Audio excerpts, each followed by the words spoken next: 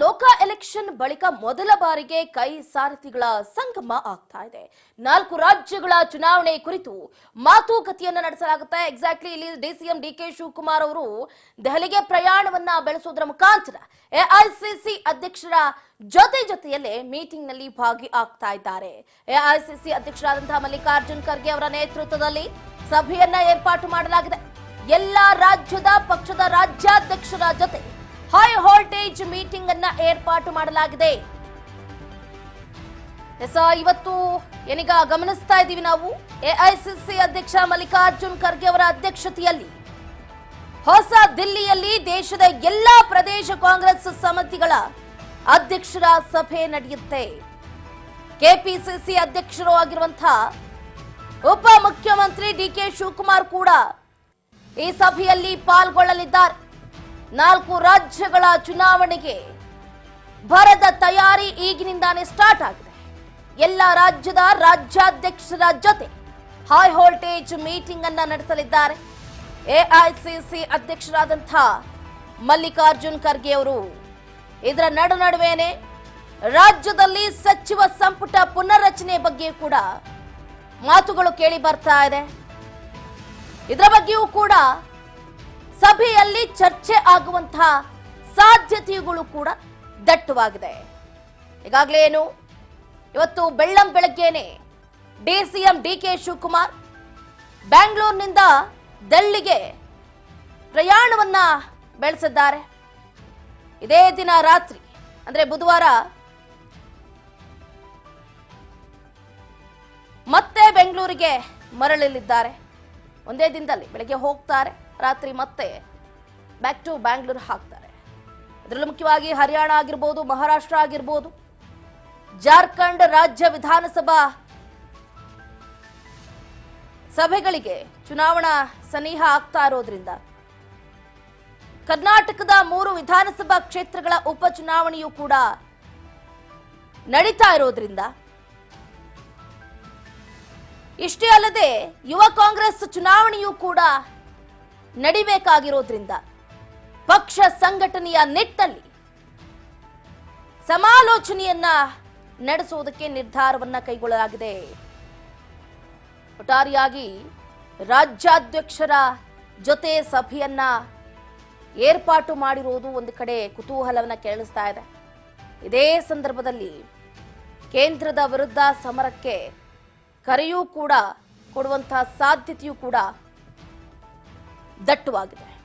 ರಾಹುಲ್ ಗಾಂಧಿಗೆ ಇಡಿ ನೋಟಿಸ್ ನೀಡಿರುವ ವಿಚಾರವನ್ನ ಮುಂದೆ ಇಟ್ಕೊಂಡು ಎಲ್ಲಾ ರಾಜ್ಯಗಳಲ್ಲಿ ಕೇಂದ್ರದ ವಿರುದ್ಧ ಪ್ರತಿಭಟನೆಯನ್ನ ನಡೆಸಬೇಕು, ಜನಾಭಿಪ್ರಾಯವನ್ನ ರೂಪಿಸಬೇಕು ಅಂತಲೂ ಕೂಡ ಕರೆ ಕೊಡುವ ಸಾಧ್ಯತೆ ಇದೆ. ಇದರ ಬಗ್ಗೆ ಹೆಚ್ಚಿನ ಡೀಟೇಲ್ಸ್ ಅನ್ನ ಕೊಡ್ತಾ ಹೋಗ್ತಾರೆ ನಮ್ಮ political reporter Basavaraj Hoogar. Phone ಸಂಪರ್ಕದಿಂದ ಜಾಯ್ನ್ ಆಗ್ತಿದ್ದಾರೆ. ಬಸವರಾಜ್ ಹೂಗಾರ್, ಗಮನಿಸ್ತಾ ಇದ್ದೀವಿ ಡಿಕೆ ಶಿವಕುಮಾರ್ ದಿಢೀರಂತ ದಿಲ್ಲಿಗೆ ಪ್ರಯಾಣವನ್ನ ಬೆಳೆಸಿರುವುದು ಬಹಳ ಕುತೂಹಲವನ್ನ ಕೆರಳಿಸ್ತಾ ಇದೆ. ಒಂದು ಕಡೆ ಸಂಪುಟ ಪುನರ್ರಚನೆ, ರಾಜ್ಯ ರಾಜಕೀಯ ಚರ್ಚೆ ಏನಾಗಬಹುದು ಸಭೆಯಲ್ಲಿ ಅಂತ. ಚಂದ್ರಕಲಾ, ಇವತ್ತು ದೆಹಲಿಗೆ ಪ್ರಯಾಣ ಬೆಳೆಸಿರ್ತಕ್ಕಂತ ಡಿಕೆ ಶಿವಕುಮಾರ್ ಅವರು ಎಐಸಿಸಿ ಅಧ್ಯಕ್ಷರಾಗಿದ್ದ ಖರ್ಗೆ ಅವರ ನೇತೃತ್ವದಲ್ಲಿ ನಡೆಯುವಂತಹ ಸಭೆ ಅದರಲ್ಲಿ ಭಾಗವಹಿಸ್ತಾರೆ. ಪ್ರಮುಖವಾಗಿ ಕಾಂಗ್ರೆಸ್ ಪಕ್ಷದ ಏನು ಎಲ್ಲಾ ರಾಜ್ಯದ ಒಂದು ಅಧ್ಯಕ್ಷರ ಸಭೆಯನ್ನು ಕೂಡ ಇವತ್ತು ಎಐಸಿಸಿ ಅಧ್ಯಕ್ಷರು ಒಂದು ಆಯೋಜನೆ ಮಾಡಿಕೊಂಡಿರುವಂತದ್ದು. ಅದರಲ್ಲಿ ಪ್ರಮುಖವಾಗಿ ಇವತ್ತು ಏನು ರಾಜ್ಯದ ಕಾಂಗ್ರೆಸ್ ಪಕ್ಷದ ಅಧ್ಯಕ್ಷರಾಗಿರ್ತಕ್ಕಂಥ ಡಿಕೆ ಶಿವಕುಮಾರ್ ಅವರು ಕೂಡ ಹೋಗಿ ಇವತ್ತು ಭಾಗವಹಿಸ್ತಾರೆ. ಪ್ರಮುಖವಾಗಿ ಕೇಂದ್ರದಲ್ಲಿ ವಿರೋಧ ಪಕ್ಷವಾಗಿ ಏನು ಕಾಂಗ್ರೆಸ್ ಪಕ್ಷ ಒಂದ್ ಕಡೆ ಯಾವ ರೀತಿಯಾಗಿ ಒಂದು ಆಡಳಿತಾರೂಢ ಪಕ್ಷದ ವಿರುದ್ಧವಾಗಿ ಒಂದು ಸಾಕಷ್ಟು ತಂತ್ರಗಾರಿಕೆಯನ್ನು ಹೂಡಬೇಕು, ಮತ್ತೆ ರಾಜ್ಯಗಳಲ್ಲಿ ಕೂಡ ಕಾಂಗ್ರೆಸ್ ಪಕ್ಷ ಎಲ್ಲೋ ಒಂದ್ ಕಡೆ ಈಗ ಬಿಜೆಪಿ ನಾಯಕರು ಎಲ್ಲೋ ಒಂದ್ ಕಡೆ ಅವರ ಕೇಂದ್ರ ಸರ್ಕಾರದ ಒಂದು ಅಧಿಕಾರವನ್ನ ದುರುಪಯೋಗ ಪಡಿಸ್ಕೊಳ್ತಾ ಇದ್ದಾರೆ. ಆ ಒಂದು ವಿಚಾರಕ್ಕೆ ಸಂಬಂಧಪಟ್ಟಂತೆ ಯಾವೆಲ್ಲ ತಂತ್ರಗಾರಿಕೆಗಳನ್ನ ಹೂಡಬೇಕು, ಯಾವೆಲ್ಲ ಹೋರಾಟಗಳನ್ನ ಮಾಡಬೇಕು ಅನ್ನುವಂತ ನಿಟ್ಟಿನಲ್ಲಿ ಕೂಡ ಇವತ್ತು ಚರ್ಚೆ ಆಗುವಂತ.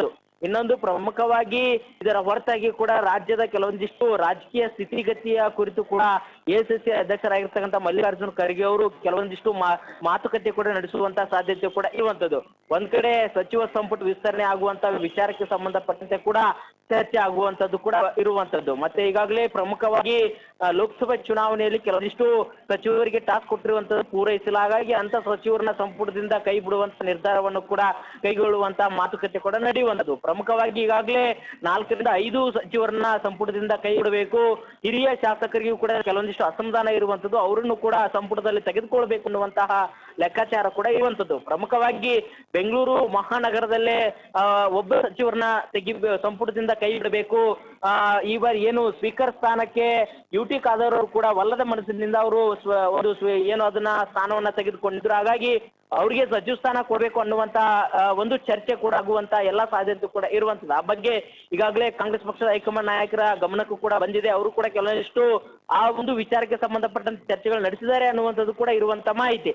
ಹಾಗಾಗಿ ಸಚಿವರನ್ನ ಬೆಂಗಳೂರು ನಗರದಲ್ಲಿ ಇರ್ತಕ್ಕಂಥ ಒಬ್ಬ ಸಚಿವರನ್ನ ಕೈ ಬಿಟ್ಟು ಅಲ್ಲಿ ಏನು ಒಂದು ಈಗ ಸ್ಪೀಕರ್ ಸ್ಥಾನಕ್ಕೆ ಅವ್ರನ್ನ ಅಲ್ಲಿ ಅಲಂಕರಿಸಬೇಕು ಅನ್ನುವಂತ ನಿಟ್ಟಿನಲ್ಲಿ ಕೂಡ ಸಾಕಷ್ಟು ಒಂದ್ ಕಡೆ ಸಿದ್ಧತೆ ಕೂಡ ಒಂದಿಷ್ಟು ಚರ್ಚೆ ಕೂಡ ನಡೀತಾ ಇದೆ. ಆದ್ರೆ ಅಂತಿಮ ಹಂತದಲ್ಲಿ DK ಶಿವಕುಮಾರ್ ಅವರ ಒಂದಿಷ್ಟು ಸಲಹೆಗಳನ್ನು ಕೂಡ AICC ನಾಯಕರು ಪಡೆದುಕೊಳ್ತಾರೆ. ಅದರಂತೆ ಸಿದ್ದರಾಮಯ್ಯನವರ ಸಲಹೆ ಕೂಡ ಪಡೆದುಕೊಂಡು ಅಂತಿಮವಾಗಿರುವ ತೀರ್ಮಾನ ಕೈಗೊಳ್ಳುವಂತಹ ಎಲ್ಲ ಸಾಧ್ಯತೆ ಕೂಡ ಇರುವುದು. ಚಂದ್ರಕಲಾ, ಕೇಂದ್ರ ಸರ್ಕಾರದ ವಿರುದ್ಧವೂ ಕೂಡ ಸಮರವನ್ನ ಸಾರೋದಕ್ಕೆ ಕರೆಯನ್ನ ನೀಡಬಹುದು ಅಂತ ಹೇಳಲಾಗ್ತಾ ಇದೆ. ಜಸ್ಟ್ ಬಿಕಾಸ್ ಇಲ್ಲಿ ರಾಹುಲ್ ಗಾಂಧಿಗೆ ಏನು ಇಡಿ ನೋಟಿಸ್ ನೀಡಿರುವ ವಿಚಾರವನ್ನ ಮುಂದೆ ಇಟ್ಕೊಂಡು ಕೇಂದ್ರದ ವಿರುದ್ಧ ಗುಡುಗೋದಕ್ಕೆ ಈ ಸಂದರ್ಭದಲ್ಲೇ ಒಂದು ಕರೆಯನ್ನ ನೀಡಬಹುದು ಅನ್ನುವಂತಹ ಚರ್ಚೆ ಕೂಡ ಇದೆ. ಎಷ್ಟರ ಮಟ್ಟಿಗೆ ನಿಜ ಅಂತೀರಿ? ಚಂದ್ರಕಲಾ, ಈಗಾಗಲೇ ರಾಹುಲ್ ಗಾಂಧಿ ಅವರ ವಿರುದ್ಧವಾಗಿ ಕೂಡ ಕೆಲವೊಂದಿಷ್ಟು ಈಗಾಗಲೇ ಕೇಂದ್ರ ಸರ್ಕಾರ ಎಲ್ಲ ಒಂದ್ ಕಡೆ ತನ್ನ ಅಧಿಕಾರನ ದುರುಪಯೋಗ ಮಾಡ್ಕೊಳ್ತಾ ಇದೆ. ಅವರನ್ನ ಎಲ್ಲ ಒಂದ್ ಕಡೆ ಜೈಲಿಗೆ ಕಳಿಸುವಂತ ರೀತಿಯಲ್ಲಿ ಕೂಡ ಅವರಿಗೆ ನೋಟಿಸ್ ನೀಡಬೇಕು ಅನ್ನುವಂತ ನಿಟ್ಟಿನಲ್ಲಿ ಕೂಡ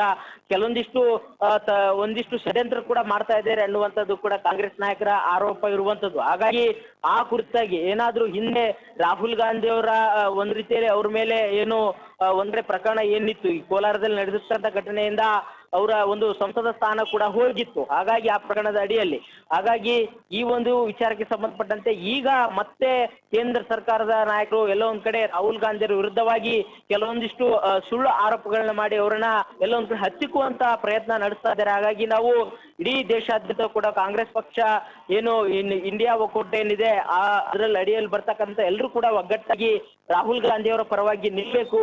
ಅದಕ್ಕೆ ರೂಪರೇಷೆ ಯಾವ ರೀತಿಯಾಗಿ ಪ್ರತಿಭಟನೆ ಆಗಿರ್ಬೋದು, ಮತ್ತೆ ಬಿಜೆಪಿಯ ವಿರುದ್ಧವಾಗಿರ್ತಕ್ಕಂಥ ಯಾವ ರೀತಿ ತಂತ್ರಗಾರಿಕೆ ಹೂಡಬೇಕು, ಆಡಳಿತಾರೂಢ ಪಕ್ಷಗಳ ಕಟ್ಟಿ ಹಾಕುವಂತ ನಿಟ್ಟಿನಲ್ಲಿ ಮತ್ತೆ ಅವ್ರು ಮಾಡ್ತಕ್ಕಂಥ ಷಡ್ಯಂತ್ರ ತಡೆಗಟ್ಟುವಂತ ನಿಟ್ಟಿನಲ್ಲಿ ಯಾವ ರೀತಿಯಾಗಿ ನಾವು ಸಿದ್ಧತೆ ಮಾಡಬೇಕು ಅನ್ನುವಂಥದ್ದು ಕೂಡ ಪ್ರಮುಖವಾಗಿ ಇವತ್ತಿನ ಸಭೆಯಲ್ಲಿ ಚರ್ಚೆ ಆಗುವಂತದ್ದು. ಚಂದ್ರಕಲಾ, ರಾಜ್ ಹೋಗ ನಿಮ್ಮ ಕಂಪ್ಲೀಟ್ ಮಾಹಿತಿಗಾಗಿ. ಒಟ್ಟಾರೆಯಾಗಿ DCM DK ಶಿವಕುಮಾರ್ ಕೂಡ